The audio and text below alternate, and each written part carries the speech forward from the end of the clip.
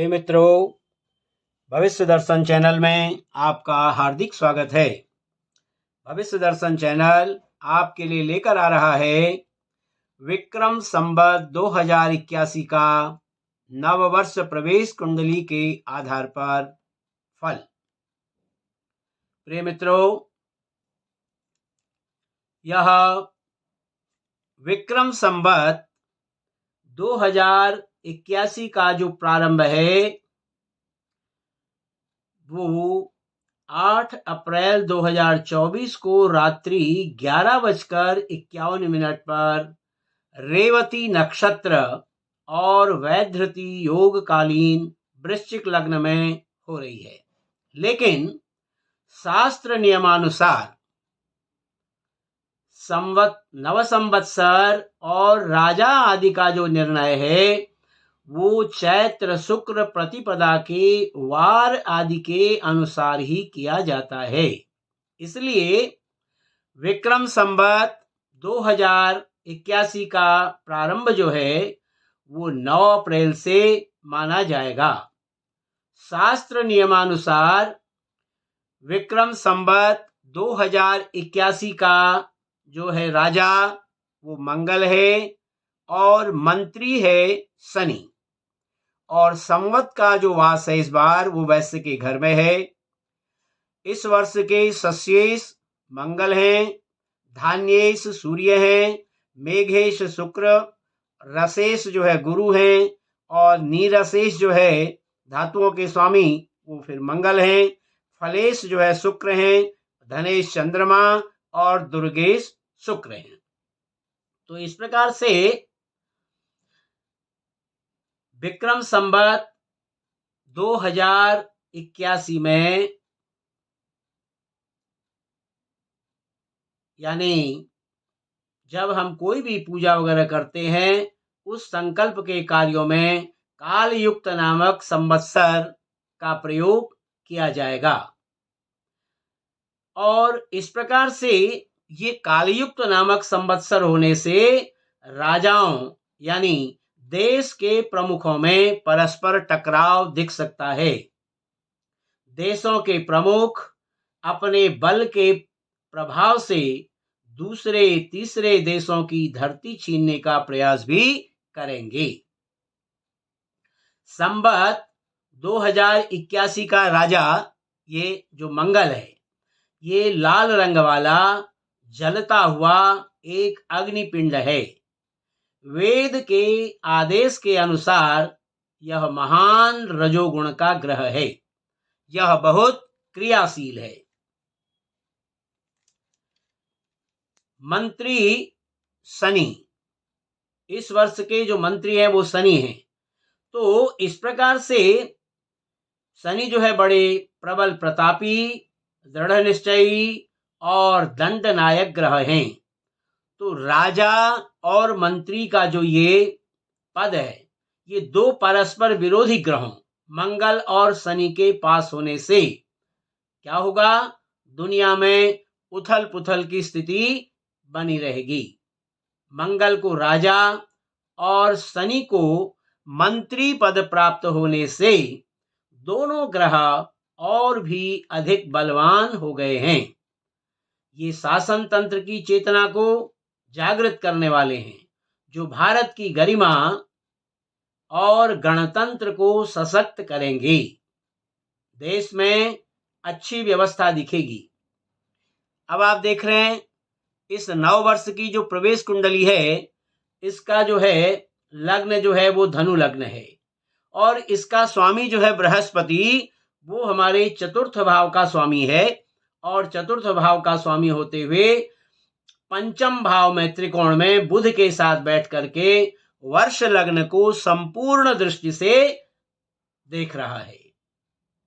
यहां पर क्योंकि गुरु की जो दृष्टि होती है पंचम दृष्टि, सप्तम दृष्टि और नवम दृष्टि होती है, तो यहां पर गुरु जो है पंचम भाव में बैठ करके लग्नेश चतुर्थेश होकर के पंचम भाव में बैठे हैं और पंचम भाव से जो है नवम दृष्टि से अपने लग्न भाव को पूर्ण दृष्टि से देख रहे हैं।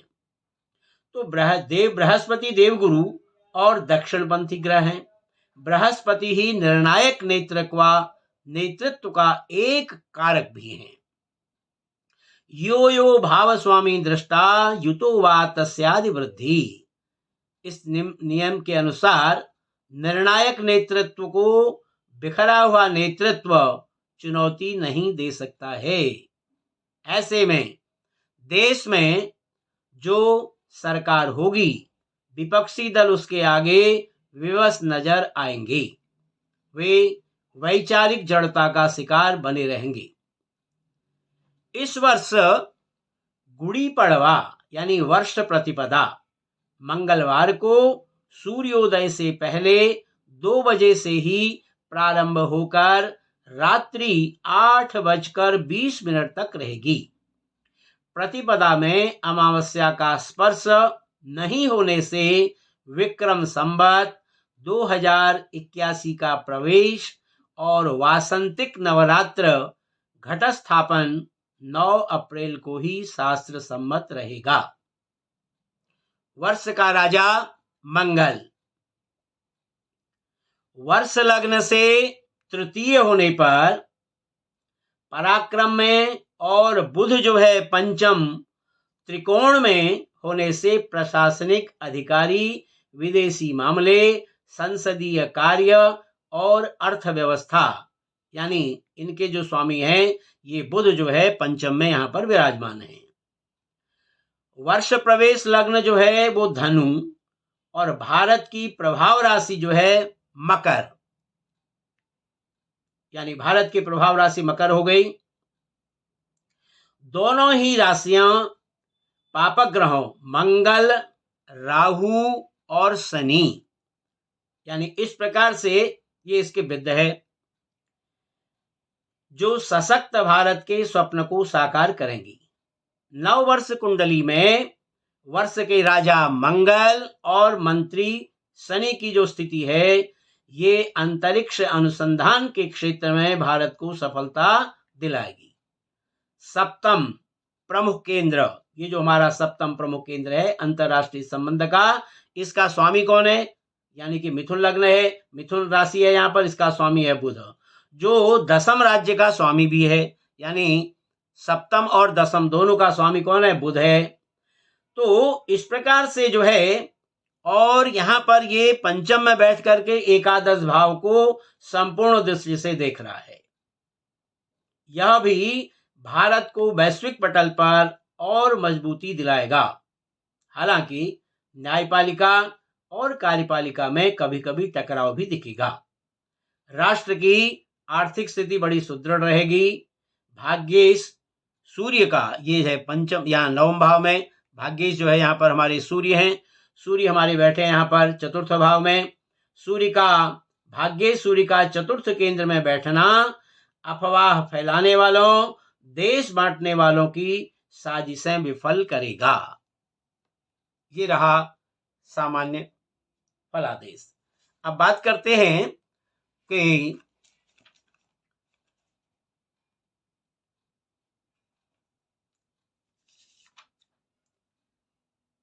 विक्रम संवत का कालयुक्त संवत्सर का जो है वो फल क्या रहेगा।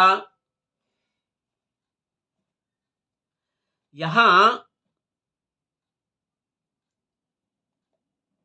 इसमें जो हमारा राजा मंगल है, संवत 2081 के जो हमारे ये 10 पदाधिकारी हैं उनमें संवत्सर का नाम तो है कालयुक्त और राजा है मंगल।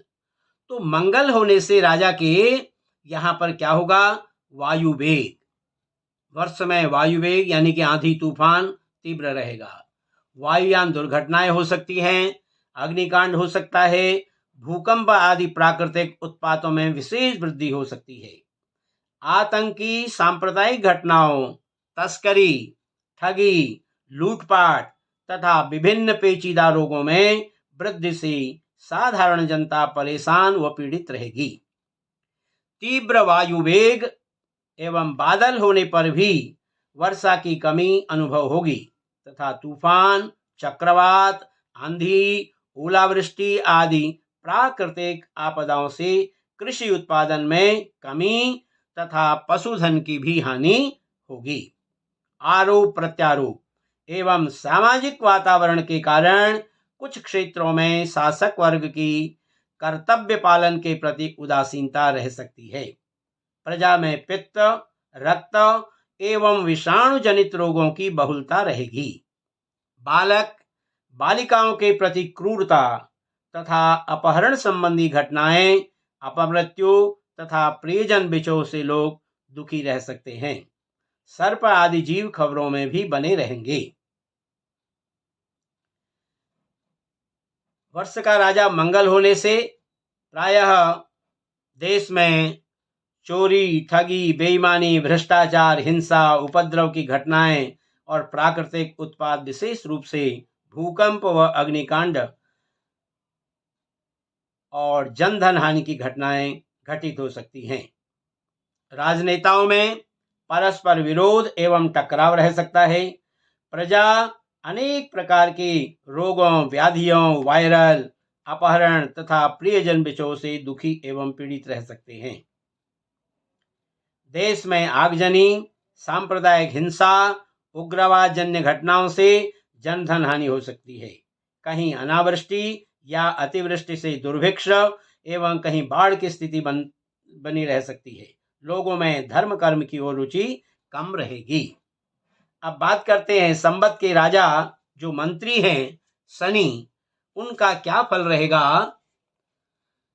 यानी वर्ष का जो मंत्री है ये शनि होने से प्रशासक वर्ग एवं राजनेताओं का व्यवहार सामान्य लोगों के प्रति अत्यंत कठोर, नीति विरुद्ध तथा निर्दयतापूर्ण रहेगा, जिससे लोगों में कष्ट व असंतोष रह सकता है। देश के कुछ भागों में वर्षा की कमी रहने से खाद्यान्नों में कमी एवं प्राकृतिक प्रकोप होने का भय व्याप्त रह सकता है। सामान्य लोगों के पास धन संपदा एवं पर्याप्त सुख संसाधनों की कमी एवं उसमें गहन असंतोष की भावनाएं व्याप्त रह सकती हैं। लोहा, स्टील, तांबा, सिक्का, तेल आदि खाद्यान्न पदार्थ, पेट्रोल, डीजल आदि तेज भाव रहेंगे। अब बात करते हैं सस्येश मंगल की। यानी सस्येश जो है चौमासा फसलों के स्वामी सस्येश मंगल होने से हाथी, घोड़े, गधे आदि चौपायों तथा गाय, भैंस, बैल, ऊंट आदि दुधारू पशुओं में भी विचित्र प्रकार के रोग फैलने की आशंका रहेगी। कहीं वर्षा की कमी के कारण खड़ी फसलों में जैसे धान्य, जौ, चना, सोयाबीन आदि अनाज जो है, सब्जियों आदि के फसलों को भी हानि पहुंचेगी। इनके भाव में विशेष तेजी भी बनी रहेगी। अब बात करते हैं धान्येश सूर्य की। तो इस वर्ष जो है धान्यपति सूर्य होने से शीतकाल में पैदा होने वाली फसलों जैसे मूठ, मूंग, मोठ, बाजरा, ईख, धान्य, तिलहन और दलहन आदि की पैदावार में कमी रहेगी। या यूं कह सकते हैं प्राकृतिक प्रकोपों के कारण फसलों व कृषि उत्पादन को हानि पहुंच सकती है। दलहन, तिलहन व धान्य आदि अनाजों के मूल्यों में वृद्धि होगी। प्रशासकों में परस्पर वैर विद्रोह, टकराव एवं विवाद उत्पन्न होंगे। देश में कटु राजनीतिक वातावरण एक युद्ध जैसा वातावरण बना देगा। सर्व प्रकार के अनाज तेज भाव होंगे। लोगों में विचित्र प्रकार के ज्वर एवं रोगों आदि के कारण कष्ट रह सकते हैं। अब बात करते हैं मेघेश शुक्र का क्या फल रहेगा। मेघेश यानी कि वर्षा का स्वामी शुक्र होने से संवत 2081 में बहुत अच्छी वर्षा होगी। उच्च प्रतिष्ठित राजनेता एवं शासक वर्ग ब्राह्मणों एवं विद्वानों का हित व सम्मान करने में प्रयत्नशील रहेंगे। अधिकांश राजनेता एवं प्रशासक धन धान्य से समृद्ध होंगे। कुछ विशिष्ट नेता व प्रशासक वर्ग प्रजा की भलाई वह कल्याण हेतु प्रयासरत रहेंगे तथा नई नई कल्याणकारी नीतियों की घोषणा होगी। अब बात करते हैं रसेश गुरु का क्या फल रहेगा। अर्थात यदि गुरु जो है हमारे इस वर्ष के रसाधिपति हैं, तो इस प्रकार से संवत 2081 में विशिष्ट साधन संपन्न लोगों में भौतिक सुखों में विशेष वृद्धि होगी। घास, तृण, फल, फूलदार आदि वृक्षों की पैदावार अच्छी होगी। जनसाधारण विद्वान पंडितों, ब्राह्मणों की सेवा सत्कार में तत्पर रहेंगे, परंतु सांप्रदायिक दंगों के कारण किसी जनपद अथवा सीमावर्ती प्रांत में शासक प्रशासक, पुलिस, सैन्य अधिकारी अपने वाहनों एवं शस्त्र बलों की परेड व परीक्षण भी कर सकते हैं। ये तो रहा रसेश रसाधिपति गुरु का फल। अब बात करते हैं निरसेश यानी धातुओं के स्वामी इस वर्ष जो है मंगल हैं। तो धातुओं के स्वामी मंगल के होने से क्या होगा कि माणिक्य, मूंगा, पुखराज, हीरे आदि रत्न, लाल वस्त्र, गर्म वस्त्र, लाल चंदन, सोना, पीतल, तांबा, लाख, खल, विनौले आदि तथा अन्य लाल वर्ण के पदार्थ व धातुएं दिन प्रतिदिन महंगी होती जाएंगी। अब बात करते हैं फलेश शुक्र का क्या फल रहेगा। यानी इस वर्ष जो है फलों के स्वामी हैं शुक्र। तो इस वर्ष संवत 2081 में वर्षा अच्छी होगी। पृथ्वी पर कोमल घास, तृण, फल, फूल एवं लघु पौधों के समूहों की पैदावार अधिक होगी, या हम ये कह सकते हैं कि इनका श्रेष्ठ प्ररोहण होगा। राजनेता एवं प्रशासक लोग विभिन्न प्रकार की धन संपदा एवं ऐश्वर्यों से संपन्न होंगे। द्विज वर्ग अर्थात कर्मकांडी पंडित पाठ, यज्ञ आदि अनुष्ठान आदि यज्ञ कृत्य करते हुए लाभान्वित भी होंगे। अब बात करते हैं धनेश चंद्रमा की। यानी इस वर्ष जो है कोषपति धनपति चंद्रमा है। तो इस वर्ष जो है रस आदि जो पदार्थ हैं जैसे दूध है, घी है, शरबत है, गुड़, जूस, तेल, सेब, मौसमी आदि जो रस वाले हैं उनके क्रय विक्रय यानी खरीद बेच में धन का अच्छा लाभ होगा। और इसके अतिरिक्त वस्त्र, अनाज, तेल, सुगंधित तेल, दूध, घी, गुड़, चावल, इत्र, खुशबू, मिठाई आदि तथा किराना वस्तुओं के व्यापार से भी अच्छे लाभ की संभावना दिखाई देती है। और अवसरवादी नेता विशेष प्रकार के सुख साधनों से संपन्न होंगे और प्रजा कानूनों का सहर्ष पालन करते हुए अपने योग्य करों टैक्सों का उचित भुगतान करती रहेगी। अब बात करते हैं दुर्गेश यानी सेना का स्वामी जो है इस साल वह है वो शुक्र है। तो सेनापति शुक्र के होने से क्या होगा कि देश के विशिष्ट राजनेता तथा विशिष्ट वर्ग के लोग ही सुख साधनों से संपन्न एवं समृद्ध होंगे। दृढ़ शासन तथा सर्वत्र शांति बनी रहेगी। विनय एवं वाणी के व्यवहार से ग्रह जैसा सुख एवं शांति प्राप्त होगी। दूरस्थ जनों एवं पर्वतीय स्थलों पर भी सब प्रकार के सुख सुविधाएं उपलब्ध होंगी। अर्थात दूरस्थ पर्वतीय स्थलों में भी आवागमन के साधन सुलभ होंगे। प्रिय मित्रों, यह था विक्रम संवत 2081 का सामान्य फलादेश। आशा है आपको हमारी यह वीडियो अच्छी लगी होगी। यदि आपको हमारी यह वीडियो अच्छी लगी हो तो आप हमारे वीडियो को लाइक करें, शेयर करें और हमारे चैनल को सब्सक्राइब करना भी न भूलें। फिर इसी प्रकार की नई वीडियो लेकर आपके सामने उपस्थित होंगे। तब तक के लिए आप सभी का हार्दिक धन्यवाद।